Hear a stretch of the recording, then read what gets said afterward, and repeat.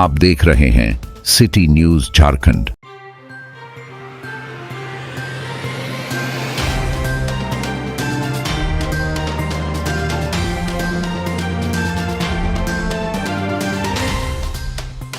भाकपा माओवादी के 2 हार्डकोर नक्सली आखिरकार पुलिस के समक्ष हथियार डाल दिए।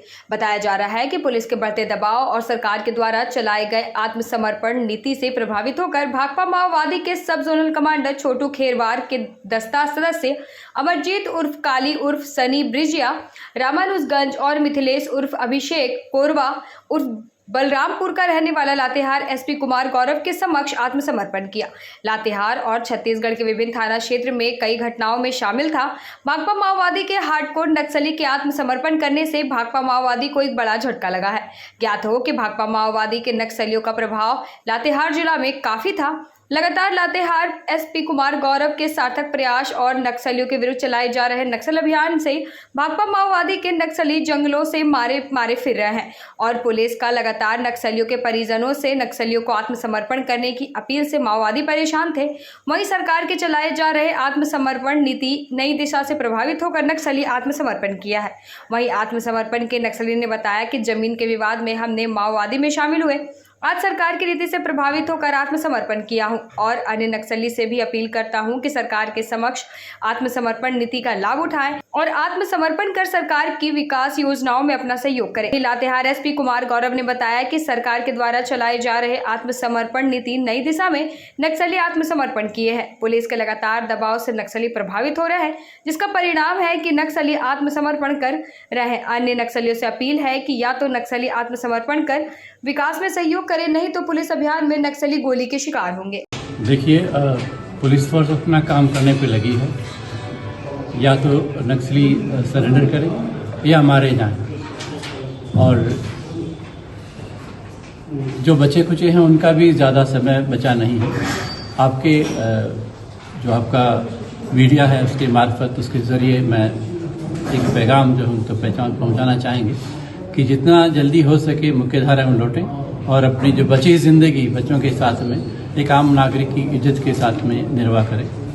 और ये जो सरेंडर है ये उसी प्रक्रिया का एक शामिल है जो नक्सली महसूस कर रहे हैं कि अब ज़्यादा पुलिस फोर्स के पास लड़ने से कोई फ़ायदा नहीं है। जितना हो सकेगा उनका नुकसान, और जो हमारे होम मिनिस्टर साहब ने भी कहा है कि ये साल आखिरी साल है नक्सलियों का, तो आपके ज़रिए पैगाम है कि या तो सरेंडर करें या पुलिस फोर्स का गोली खाने के लिए तैयार है।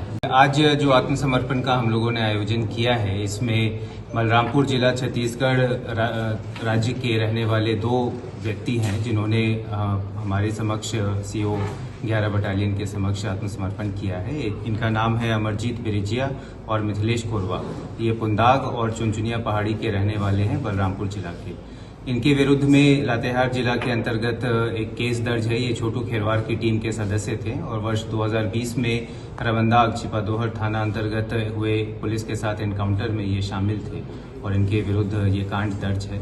इस कांड के अनुसंधान में जब हम लोगों ने खोजबीन तेज की तो उसमें फिर ये संपर्क में आए और इन्होंने जो राज्य सरकार की आत्मसमर्पण की नीति है उससे प्रभावित होकर के उसे समझ करके आत्मसमर्पण की दिशा में ये आगे बढ़े और आज हम लोगों ने इनका आत्मसमर्पण करवाया है। सर, बाकी नक्सली सर क्या सर उनको संदेश देना चाहिए? इनके विरुद्ध में कोई इनाम घोषित नहीं सर। बाकी नक्सली सरकार से क्या इनको प्रोवाइड किया जाएगा? जो हम लोगों की झारखंड राज्य सरकार की पुनर्वास नीति है, रिहेबिलिटेशन पॉलिसी के अंतर्गत कई सारे इसमें है बेनिफिट्स हैं। ज़मीन देने के का प्रावधान है, इनके जो लिटिगेशन में जो खर्च आते हैं उनकी भरपाई होती है, घर बनाने का खर्च दिया जाता है, इत्यादि कई सारी चीज़ें हैं जो जिसका सहयोग, जिसका फ़ायदा इनको मिलेगा।